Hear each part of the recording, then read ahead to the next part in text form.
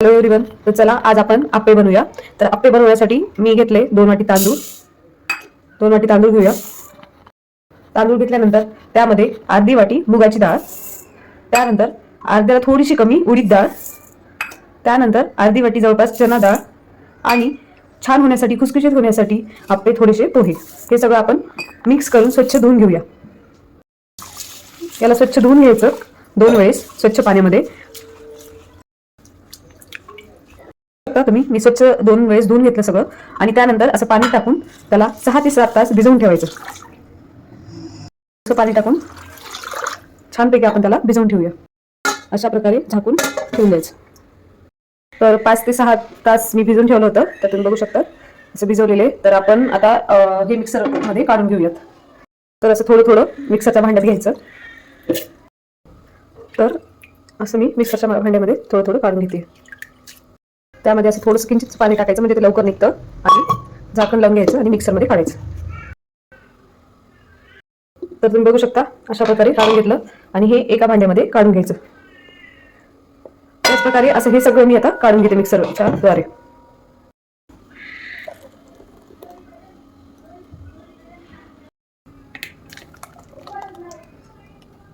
अशा प्रकारे मी सगळं मिक्सरमध्ये माझं पीठ काढून घेतलं. त्यानंतर त्याला एकदा असं सगळीकडे हलवून घ्यायचं आणि तसंच रात्रभर झाकून ठेवायचं आणि मग सकाळी पाहायचं. तर चला मी एकदा सगळीकडून कन्सिस्टन्सी चेक केली, हलवून घेतलं आणि आता मी हे असंच रात्रभर भिजत ठेवलं होतं. तर आपण चला काढून बघूया. अशा प्रकारे पीठ असं फुललेलं झालंय ते पीठ. या पिठामध्ये आपण आता एक बारीक चिरलेला कांदा, थोडीशी मिरचीची पेस्ट आणि बारीक चिरलेली कोथिंबीर आणि लसूण हे आपण टाकून घेऊया. आणि मिरची आणि लसूण मिक्सर करून याच्यामध्ये टाकायचं आणि कांदा आणि कोथिंबीर बारीक चिरून याच्यामध्ये टाकायचं. चला तर मग आपण टाकून घेऊया. तुम्ही बघू शकता मी थोड्याशा मिरच्या घेतल्या बारीक कट करून. त्यानंतर थोडीशी लसूणची पाकळ्या, 4-5 लसूणच्या पाकळ्या घ्यायच्या थोड्याशा आणि त्यामध्ये थोडेसे जिऱ्याने खूप छान टेस्ट येते. तर जिरे हे आपण मिक्सर करून घेऊया. हे मिक्सर करून घेतले जिरे, मिरची आणि लसूण. तर हे आपण या बॅटरमध्ये टाकून घेऊया. बॅटरमध्ये टाकून घेतलं त्यानंतर बारीक चिरलेला कांदा याच्यामध्ये सगळीकडे टाकून घ्यायचा आणि बारीक चिरलेली कोथिंबीर. आता हे सगळं मिक्स करून घ्यायचं. हे असं छान प्रकारे मिक्स करून घ्यायचं आणि त्यानंतर सगळीकडे मिक्स झाल्यानंतर त्यामध्ये तुमच्या चवीनुसार मीठ टाकायचं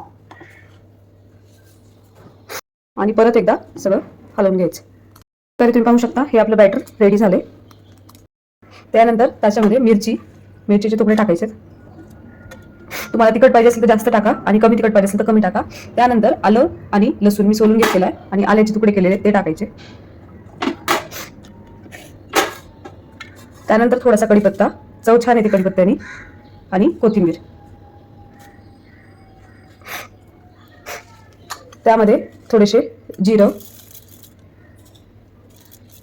थोडीशी चव छान येण्यासाठी 2-3 काजू टाकायचे. त्या काजूनी अजून छान टेस्ट येते चटणीला. यामध्ये 1 चमचा दही टाकायचं. दह्याने सगळं मिक्स होते मिश्रण आणि त्यानंतर चवीनुसार मीठ. हे सगळं आता आपण मिक्सर करून घेऊया आणि त्यामध्ये थोडंसं किंचित पाणी टाकायचं म्हणजे हे सगळं मिक्सर होते. तुम्हाला जर चटणी पातळ पाहिजे असेल तर तुम्ही जास्त पाणी पण टाकू शकता. आता आपण सगळं मिक्सर करून घेऊया. चला अजून थोडं पाणी टाकून परत एकदा मिक्सर करायचं, थोडी पातळ होते. तर चटणी किती छान प्रकारे तयार झाली आहे. तुम्हाला जर वाटत असेल तर त्याला फोडणी पण करू शकता तुम्ही आणि नसेल तर अशी पण खाऊ शकता. प्रकारे मी आप्याचा तवा गॅसवर ठेवलेला कडक होऊ दिला. कडक झाल्यानंतर त्यामध्ये असं तेल टाकून घ्यायचं सगळीकडं आणि फर्स्ट टाइम थोडंसं जास्त तेल टाकून घ्यायचं. तेल टाकून घेतले त्यानंतर हे जे बॅटर आहे ते एकदा हलवून त्याच्यामध्ये आपण असे एक आप्पे सोडायचे.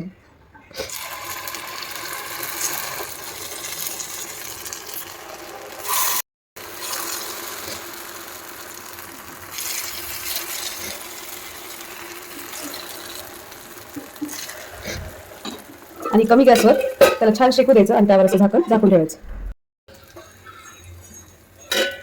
थोडेसे शेकत आले चेक करायचं शेकलेत का, अजून थोडे होऊ द्यायचे आणि त्यानंतर पलटून घ्यायचे.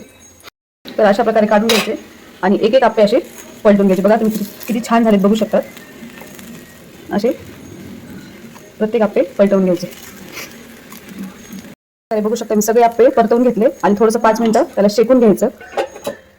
तर किती छान तयार झालेत आपले आप्पे. असे एक एक करून काढून घ्यायचे. प्रकारे आपले आप्पे आणि चटणी तयार झाली. जर आवडला असेल तर नक्कीच कमेंट करून सांगा.